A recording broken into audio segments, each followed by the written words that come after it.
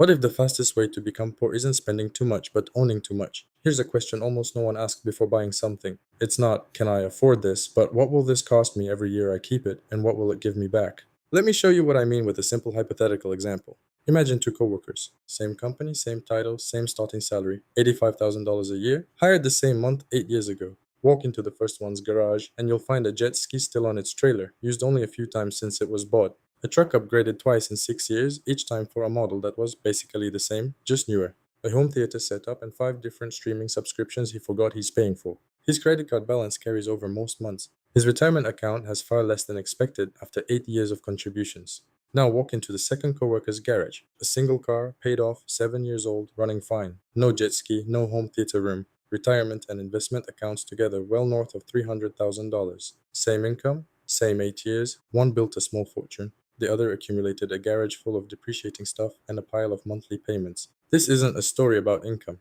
It's a story about a cost almost no one accounts for, one that has nothing to do with taxes and everything to do with what you choose to own. The first coworker isn't noticeably reckless. He doesn't gamble. He has no dramatic addiction. He just never noticed that every item he brought home kept quietly billing him for years after the receipt was signed. The second coworker discovered something early that changed his entire financial trajectory. Holding on to most things you buy costs more than buying them. It pulls you backward entirely. Today, I'll share the 10 rules that separate people who quietly build wealth from people who quietly lose it. And this has far less to do with your income than you'd think, and far more to do with your habits. Let's start with the idea that would change how you look at every price tag for the rest of your life. Almost everything you buy has two prices. The first is the price on the receipt, the second is the price no one tells you about, and over time it's often bigger than the first. This second price has four components: storage, maintenance, attention, and opportunity costs. Let's take that jet ski. It needs a trailer and it needs a vehicle that can tow it. It needs a parking spot in a garage, and in many cities, that garage space represents real money, whether to rent or the mortgage on a bigger house than you need.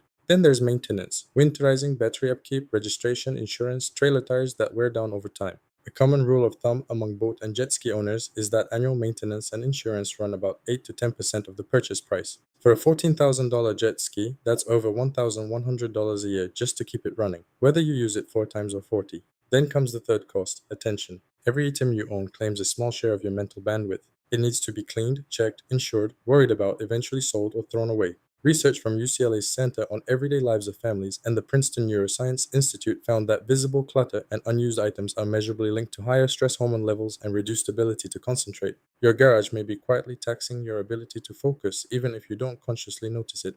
And there's a fourth cost: opportunity cost. Every dollar sitting in a depreciating item is a dollar not growing somewhere else. That same $14,000 invested instead in a simple low cost index fund and left untouched for 15 years could realistically have grown to $40,000 to $50,000 depending on market returns during that period. You didn't just buy a jet ski, you bought a jet ski instead of a significant part of your future retirement. Add up these four costs, and you'll see that many things people own cost more than they cost to buy. The price tag is just the entry fee. The rest of the bill keeps quietly arriving for as long as you own the thing. This brings us to rule number one. Rule 1: calculate the cost per use before buying anything. Before every non essential purchase, estimate how many times you'll realistically use the thing and divide the price by that number. That's your cost per use, probably the most honest measure of value that exists. A $180 blender used twice a year costs $90 per use. A $420 blender used 4 times a week costs about 40 cents per use. The one that matters more in every way, the expensive one, is actually far cheaper. This one calculation instantly kills most impulse buys. A $250 air fryer you'll realistically use 6 times this year costs over $40 per use.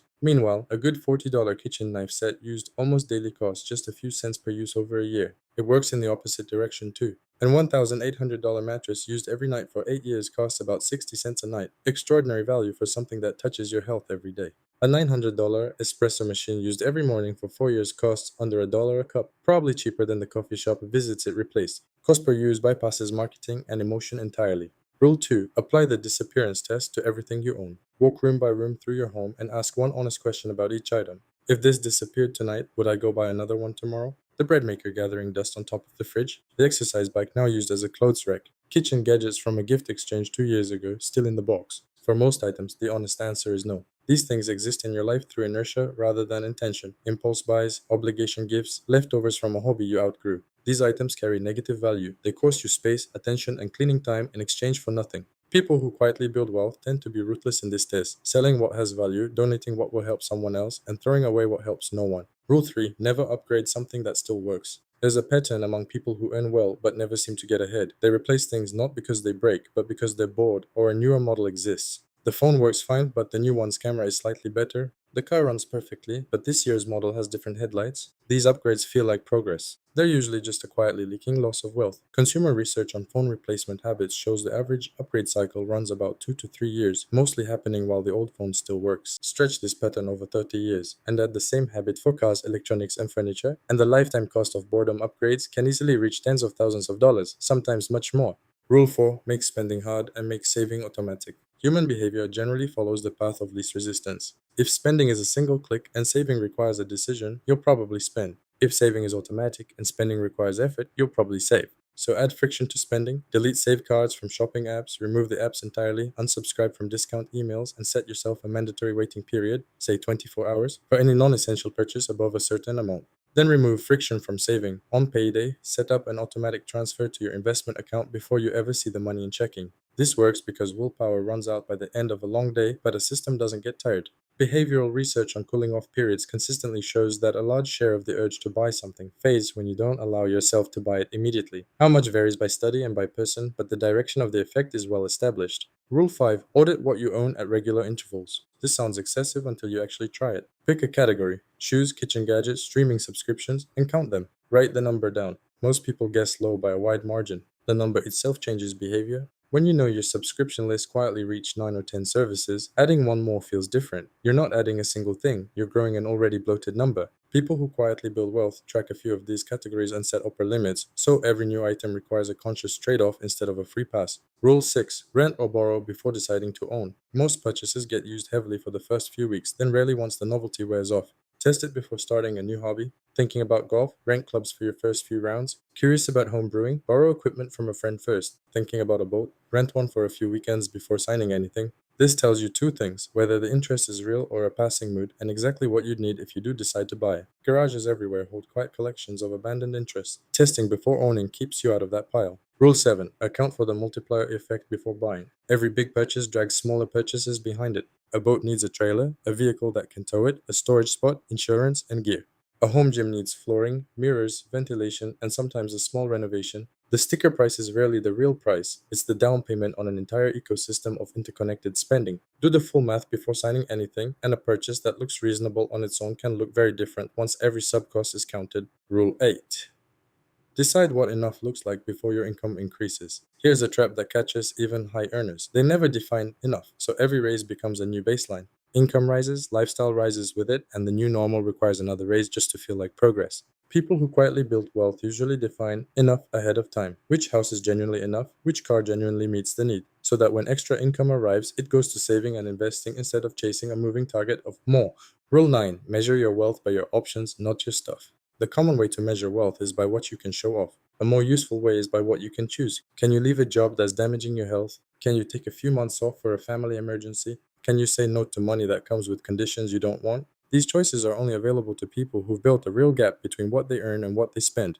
Every purchase, seen this way, is a trade off. You're trading a piece of your future freedom for present ownership. Sometimes that trade is worth it, most of the time it isn't. Rule 10: maintain continuously instead of purging once a year. Most people trying to fix their spending do one big cleanup, feel great for a few weeks, then slowly drift back to where they started. Purging feels productive, and the slow refill goes unnoticed. People who quietly build wealth instead do small regular reviews. A weekly quick look at what's coming in, a monthly check on one category, a quarterly review of overall spending trends. Removing a few unwanted things every week is sustainable. Removing everything once a year usually isn't. Here's a plan you can start today. This week, walk through your home with the disappearance test and remove 10 things you genuinely wouldn't replace, sell, donate, or let go.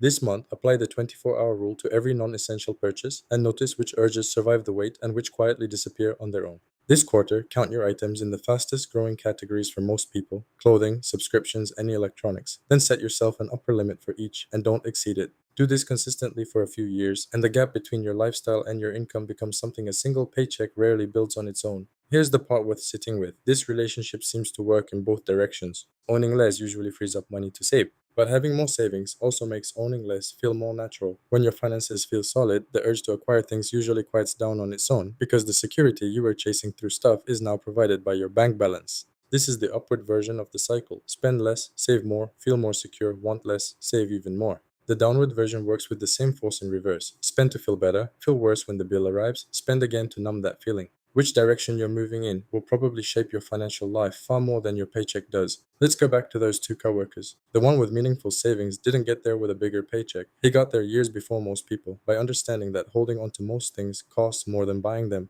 The other one, with the full garage and the small savings, never questioned the assumption that more stuff means a better life. Both paths are open to you right now, whatever you currently earn. The real question is just this: do you own your stuff, or does it quietly own you?